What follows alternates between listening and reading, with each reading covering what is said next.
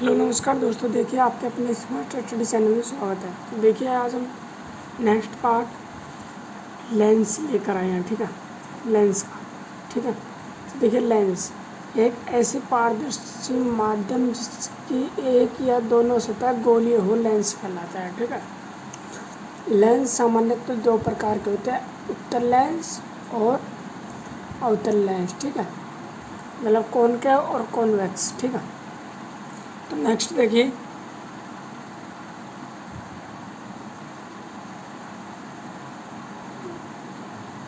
उत्तल लेंस। उत्तल लेंस बीच में से मोटा होता है व किनारों से पतला, मतलब बीच में से तो मोटा होता है और किनारों से पतला होता है। ठीक है, बीच में प्रकाशित केंद्र होता है। ठीक है, बिंदु नंबर 2, उत्तल लेंस प्रकाश की किरणों को एक बिंदु पर मिलाता है, इसलिए इसे अभिसारी लेंस कहा जाता है। ठीक है, मतलब ये सारी प्रकाश की किरणें हैं उसको एक जगह मिलाता है। ठीक है, इसलिए इसको अभिसारी लेंस कहा जाता है। ठीक है, अवतल लेंस। अवतल लेंस बीच में से पतला और किनारों से मोटा होता है। ठीक है, बीच में से पतला और किनारों से मोटा होता है। ठीक है, मतलब यहाँ से यहाँ की दूरी कम है और यहाँ से ज़्यादा है। ठीक है, अवतल लेंस प्रकाश की किरणों को अपवर्तन के पश्चात फैलाता है, इसलिए इसे अपसारी लेंस कहा जाता है। मतलब किरणों को अपवर्तन के बाद फैलाता है। ठीक है, ये तो एक जगह केंद्रित करता था, लेकिन यह फैलाता है। ठीक है, इसलिए इसको अपसारी लेंस कहा जाता है। ठीक है, नेक्स्ट देखिए उत्तल लेंस से बनने वाला प्रतिबिंब वास्तविक व उल्टा बनता है। ठीक है, उत्तल लेंस की फोकस दूरी हमेशा धनात्मक होती है। ठीक है, मतलब ये हमेशा इसकी फोकस दूरी हमेशा धनात्मक होती है। ठीक है, अवतल लेंस से बनने वाला प्रतिबिंब आभासी सीधा हमेशा वस्तु से छोटा होगा। अवतल लेंस की फोकस दूरी हमेशा ऋणात्मक होती है। ठीक है, अवतल लेंस की ऋणात्मक होती है और उत्तल लेंस की धनात्मक होती है। ठीक है, नेक्स्ट देखिए उत्तल लेंस का उपयोग। उत्तल लेंस सामान्य कैमरों में, सरल व सूक्ष्मदर्शियों में, टेलीस्कोप में और दूरदृष्टि दोष निवारण में किया जाता है। ठीक है, लेकिन अवतल लेंस का उपयोग निकट दृष्टि दोष में किया जाता है। ठीक है, अब देखिए लेंस का सूत्र। ठीक है, लेंस का सूत्र 1/v माइनस 1/u बराबर 1/f। यहाँ v बराबर प्रतिबिंब दूरी, u बराबर बिंब की दूरी और f बराबर फोकस दूरी होती है। ठीक है, m मतलब आवर्धन क्षमता बराबर v/u बराबर h1 और h1 प्रतिबिंब की ऊंचाई होती है और h बिंब की ऊंचाई होती है। ठीक है, नेक्स्ट देखिए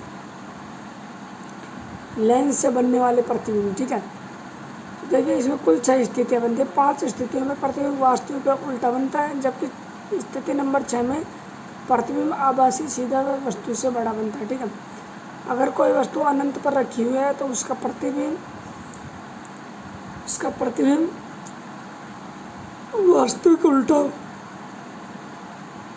वास्तविक उल्टा बनेगा और बिंदु निगम बनेगा। ठीक है, या F2 पर।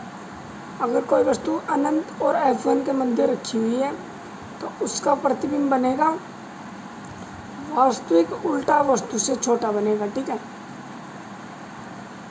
और अगर कोई वस्तु 2F1 पर रखी हुई है तो उसका प्रतिबिंब बनेगा वास्तविक उल्टा वस्तु के बराबर बनेगा। ठीक है, अगर कोई 2F1 और F1 के बीच में रखी हुई है कोई वस्तु तो उसका प्रतिबिंब बनेगा वास्तविक उल्टा वस्तु से बड़ा। ठीक है, अगर कोई प्रतिबिंब F1 पर रखा हुआ है तो उसका प्रतिबिंब बनेगा वास्तविक उल्टा वस्तु से बड़ा, मतलब बहुत बड़ा।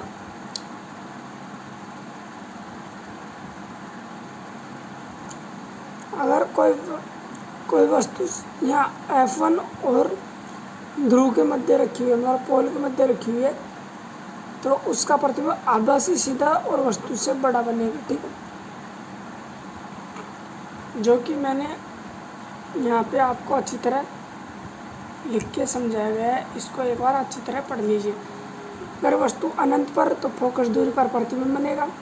ठीक है, वास्तविक उल्टा बिंदु निगम बनेगा। 2F1 से परे है तो F2 है तो F1 पर बनेगा, वास्तविक उल्टा वस्तु से छोटा बनेगा। 2F1 पर 2F2 पर वास्तविक उल्टा वस्तु के बराबर। 2F1 व F1 के मध्य तो 2F2 से परे बनेगा, वास्तविक उल्टा वस्तु से बड़ा बनेगा। F1 पर तो अनंत पर वास्तविक उल्टा वस्तु से बहुत बड़ा। F1 पर वह 0 के मध्य मतलब तो बिंदु की ओर बनेगा।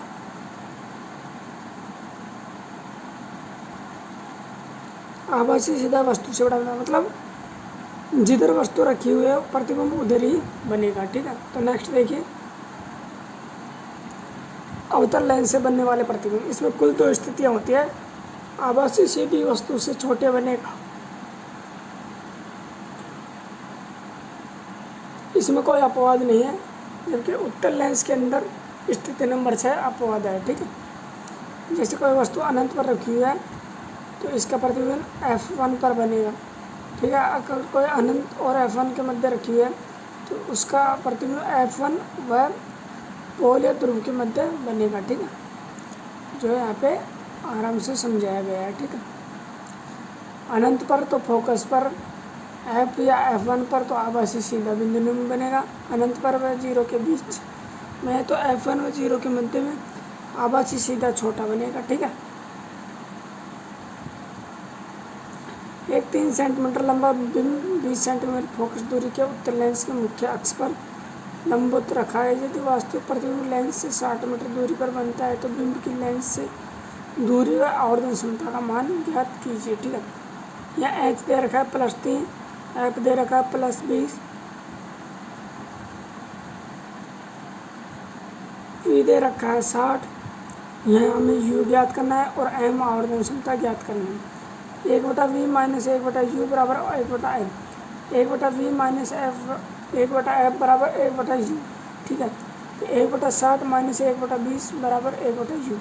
यहाँ से 1/U बराबर 1 माइनस 3/60। तो यहाँ से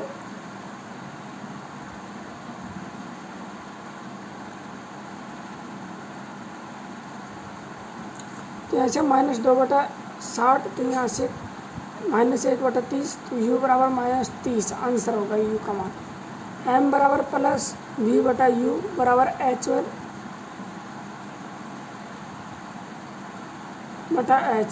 V/U बराबर H1/H, 60/-3 बराबर H1/3।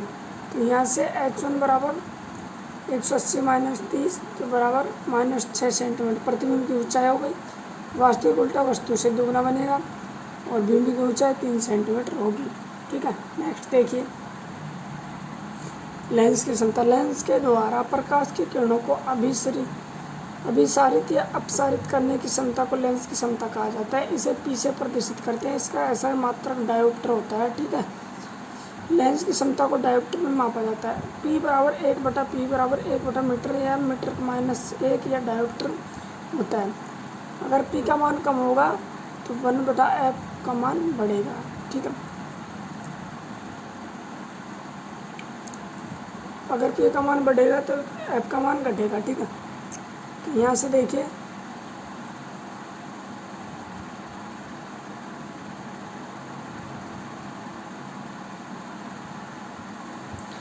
लेंस की क्षमता की फोकस दूरी, लेंस की क्षमता फोकस दूरी के व्युत्क्रमानुपाती होता है। जब हम लेंस की क्षमता ज्ञात करेंगे तो फोकस दूरी मीटर में लेंगे। ठीक है, जैसे एग्जांपल एक लेंस जिसकी फोकस दूरी 200 सेंटीमीटर है तो उस लेंस की क्षमता ज्ञात कीजिए अवतल लेंस। ठीक है, F बराबर 200 सेंटीमीटर तो F बराबर -2, तो P बराबर 1/F, तो यहाँ से 1/-2 हो गया, तो यहाँ से -0.5 डायोप्टर आंसर होगा। ठीक है, उत्तल लेंस की फोकस दूरी ज्ञात कीजिए जिसके लेंस की क्षमता -2 डायोप्टर हो।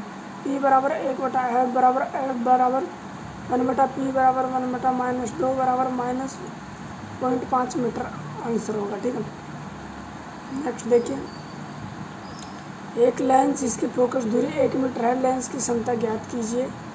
जैसे P बराबर 1/F बराबर 1/+1 बराबर 1